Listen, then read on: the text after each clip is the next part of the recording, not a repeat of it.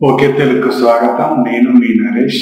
ఇప్పుడు మనం గాంధీ తాత చెట్టు మూవీ ఫుల్ రివ్యూను తెలుసుకుందాం.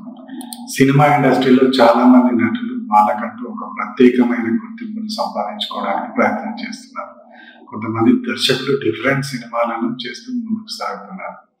పుష్ప 2తో బ్లాక్ బాస్టర్ కొట్టిన దర్శకుడు సుకుమార్ తన కూతుర్ని కూడా సినిమా రంగంలోకి దించడం విశేషం.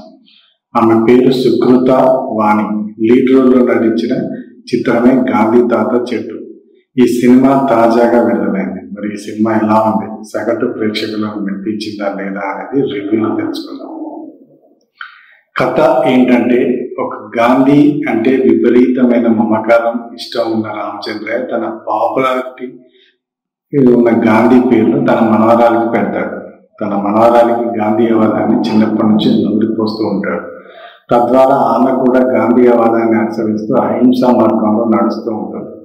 ఇలాంటి క్రమంలోనే రామచంద్రయ్య పెట్టిన ఒక మొక్క ఈ బాలికతో పాటు పెరిగి పెద్దదై చెట్టులాగా మారుతుంది. దాని మీద ఆయన మమకారాన్ని పెంచుకుంటాడు. తద్వారా ఆయన చనిపోయేటప్పుడు చెట్టును జాగ్రత్తగా చూసుకోమని తన మనవరాలైన సుకృత వారికి చెప్తారు. దాంతో ఆమె గాంధీవాదాన్ని అనుసరిస్తూ చెట్టును ఎలా కాపాడుతుందో తెలియాలంటే ఈ సినిమా చూడాల్సింది. ఇక విశ్లేషణ, ఈ సినిమా ఎలా ఉందని చూస్తే, ఈ సినిమా దర్శకురాలు పద్మావతి మల్లాది గతంలో కొన్ని సినిమాలకు రైటర్గా పనిచేసింది. ముఖ్యంగా మనమంతా, మహానటి, రాధేశ్యామ్ లాంటి సినిమాలకు రచయిత్రగా పనిచేసి మంచి గుర్తింపు సంపాదించుకుంది. ఇప్పుడు ఆ అనుభవంతోనే గాంధీ తాత చెట్టు అనే సినిమాకి దర్శకత్వం వహించింది. ఆమె దర్శకత్వ ప్రతిభ చాలా వరకు మెచ్చుకునే విధంగా ఉంది. నిజానికి చెట్టు ఎలాంటి ఎమోషన్తో అయితే ఉంటుందో ఆ ఎమోషన్స్ ని స్క్రీన్ మీద చాలా బాగా పండించారు. ఇక ఆ అమ్మాయికి చెట్టుకి మధ్య ఉండే ఎమోషన్స్ కూడా చాలా బాగా చూపించారు చిత్రంలో. రామచంద్రయ్య చనిపోయినప్పుడు చెట్టు ఎలా అయితే బాధపడుతుందో దాని వాయిస్ ఓవర్లో చెప్పి ప్రేక్షకులకు కన్నీళ్లు తెప్పించారు. అలాంటి ఎమోషన్ సీన్స్ ని పండించడం అంత ఈజీ కాదు. ఇలాంటి కొన్ని ఎమోషన్ సీన్స్ సినిమా చూసిన ప్రతి ఒక్కరి హృదయాన్ని తాకుతాయని చెప్పాలి. ఏదేమైనా ప్రస్తుతం ఈ సినిమా యావత్ ప్రేక్షకులందరినీ మెప్పించడమే కాకుండా వాళ్ళందరికీ ఒక చక్కని అనుభూతిని, ఫీలింగ్ కలిగిస్తుంది. దర్శకత్వ ప్రతిభలో పద్మావతి చాలా వరకు తన మార్కులు చూపించారని చెప్పొచ్చు. మ్యూజిక్ డైరెక్టర్ గురించి ఇక్కడ మనం ప్రత్యేకంగా చెప్పుకోవాలి. కొన్ని ఎమోషన్ సీన్స్ లో అయితే బ్యాక్గ్రౌండ్ మ్యూజిక్ చాలా అద్భుతంగా ఇచ్చాడు.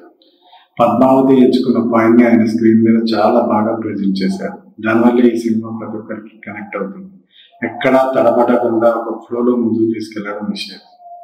ఇక్కడ వరకు బాగానే ఉంది. అయితే కొన్ని సందర్భాల్లో సినిమాలోని కొన్ని సీన్లు డాక్యుమెంటరీని చూస్తున్నాము అన్నట్టుగా అనిపిస్తాయి.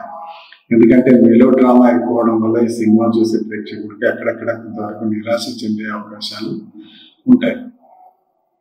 టెక్నికల్ విషయాలకు వస్తే ఈ మ్యూజిక్ ఈ ఎక్స్ట్రాడినరీగా అనిపిస్తుంది. మిగతా పాటలతో పాటు బ్యాక్గ్రౌండ్ మ్యూజిక్ సినిమా చాలా ప్లస్ గా ఉంటుంది. ఇక ఆర్టిస్టుల విషయానికి వస్తే సుకృతి చాలా అద్భుతమైన నటన కనబరిచింది. అలాగే ఆనంద్ చక్రవర్తి తాత పాత్రలో ఉనికిపోయాడు. ఈ సినిమాలో ఆయన పోషించిన పాత్రకు చాలా మంచి గుర్తింపు వచ్చింది. ఇక ఈ సినిమాలోని మేజర్ ప్లస్ పాయింట్స్ చూస్తే స్టోరీ, కథాబలం ఉన్న చిత్రంగా చెప్పొచ్చు. ఇక సుకృత యాక్టింగ్ అదిరిపోయింది. మైనస్ పాయింట్స్ అయితే అక్కడక్కడ స్లో అయిపోయింది. మెలో డ్రామా ఎక్కువైపోయింది. కొన్ని అనవసరపు సీన్లు జోడించారు. ఈ సినిమాకు ఓకే తెలుగు తరఫున మేము ఇచ్చే రేటింగ్ 2.5/5.